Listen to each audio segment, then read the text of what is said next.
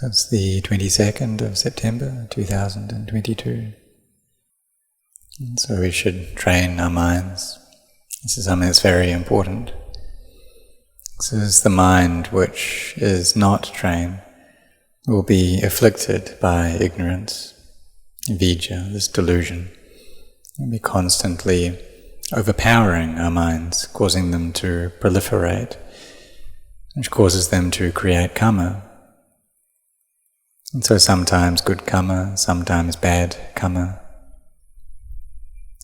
And if it's good deeds that we're doing through our body, our speech, our minds, then that's safe. But for the most part, this ignorance, it causes us to speak, act and think in ways that are bad. And so we need to clean these minds of ours each and every day through creating goodness, through being generous and giving, through being virtuous and keeping the precepts, being cautious over our acts of body and speech, giving rise to samadhi, bringing up mindfulness, and having these manage our minds so that they think good things. And sometimes, however, they'll think bad thoughts, and that's normal as well.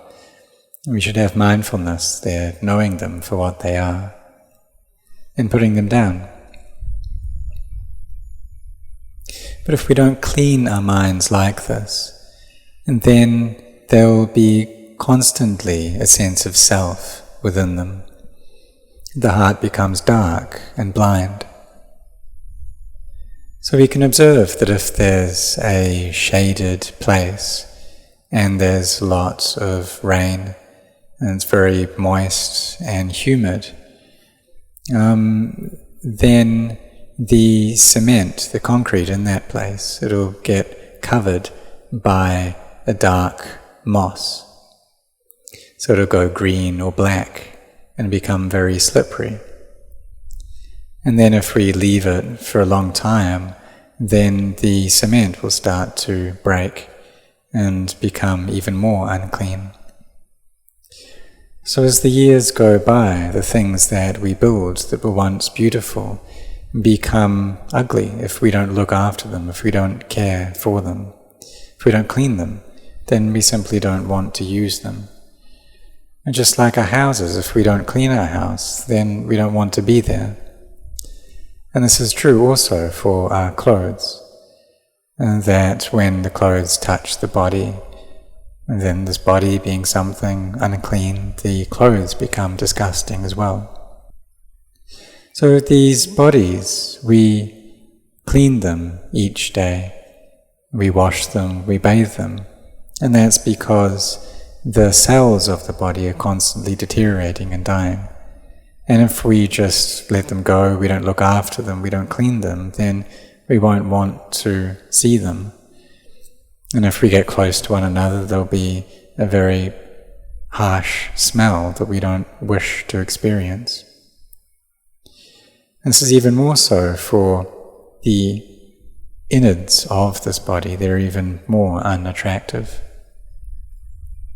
So we can bring up this comparison that we clean these bodies frequently. We need to wash our clothes frequently. We sweep and mop our houses often. But what about these hearts of ours? And do we clean our minds?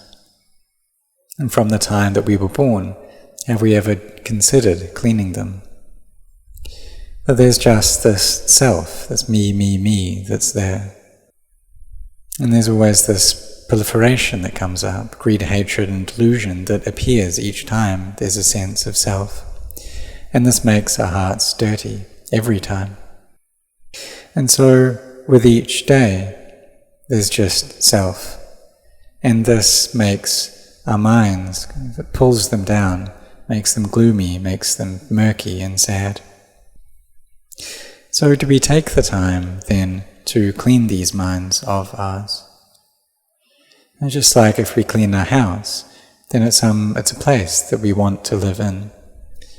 This is true as well for our hearts. If we clean our hearts, then they're a place that are pleasant to reside in. And even more so if we cultivate meditation and bring the mind to peace and to samadhi, then our hearts fill up with happiness and become contented, and they become clean as well, and empty from all of the sense impressions.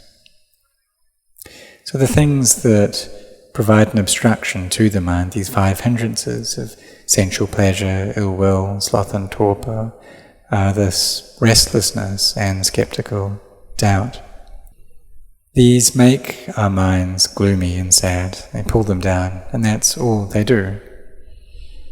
So that's why we need to train in kammatthana, as meditation objects, having a lot of mindfulness, knowing the breath, for example, the movements of the body, having mindfulness there. And the more mindfulness we have, the better, the closer we get to the Buddha. So we should be firm in training these minds of ours, cleaning our minds through mindfulness, following up and knowing these hearts.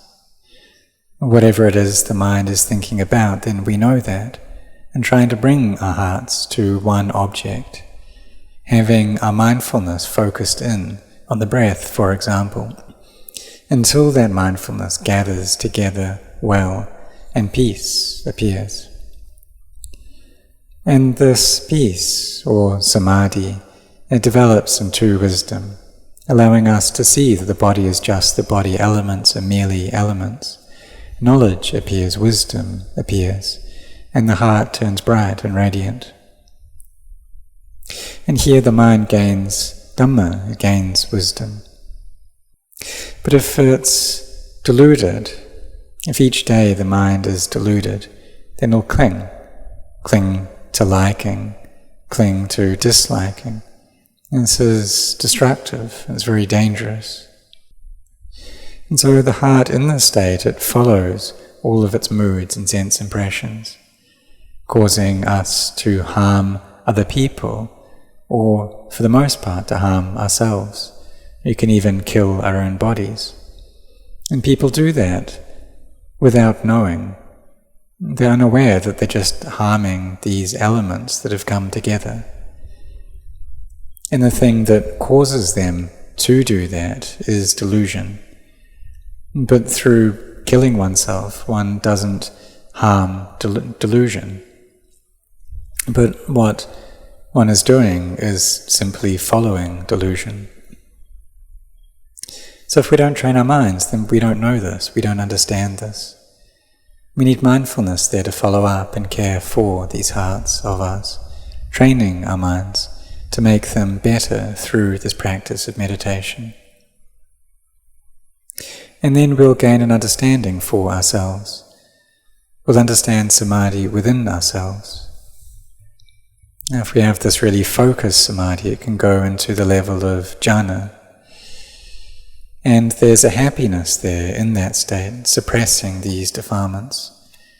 But we need to be cautious as well, because if that energy of jhana reduces, then the defilements appear again. But if what we're cultivating is samma samadhi, this right collectedness, samadhi for the sake of liberation, then we take that and use it to contemplate how the body is unattractive. It's just composed of elements that break apart. It's not me, it's empty. And this here is the destruction of the defilements. So we take our minds to experience this, getting rid of the things that we're attached to, meeting the state that the Buddha himself met. But if we have a lot of energy to our mindfulness, then that's all the better. We may be able to use that to teach ourselves about the nature of this body with greater clarity. It's like Venerable Yasa, that he had very profound jhanas, and he had a vision of the body as being unattractive, and he became bored with it. The people around him, he saw them as being unattractive, and he became weary with all of that, weary with all of the sense impressions. And so the Buddha taught him firstly about generosity, and then about keeping the precepts, and he understood this clearly. And then the Buddha taught him about meditation, and he reached stream entry, Sotapanna. And when he listened to the Dhamma the second time, he reached the level of Arahant. So his Bharami was there, and his Samadhi had great energy to be able to reach that state of full awakening. So Samma Samadhi, we use that to contemplate in order to understand and gain wisdom. If there's jhana, then we can find a happiness there, like Alara Kalama and Uddaka Ramaputta, the teachers of the Bodhisattva. But when they leave that state of being in the Brahma world, and if upon leaving that they meet a Buddha, then they'll attain to the Dhamma very quickly, because of that well-established samadhi that they have. So for us, we should train ourselves well, having virtue, looking after our body and speech, so that our minds don't get dirty, restraining ourselves.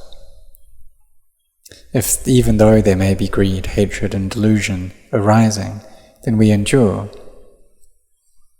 And then next we come to train in mindfulness, bringing our samadhi to be firm and well-grounded, so that wisdom arises.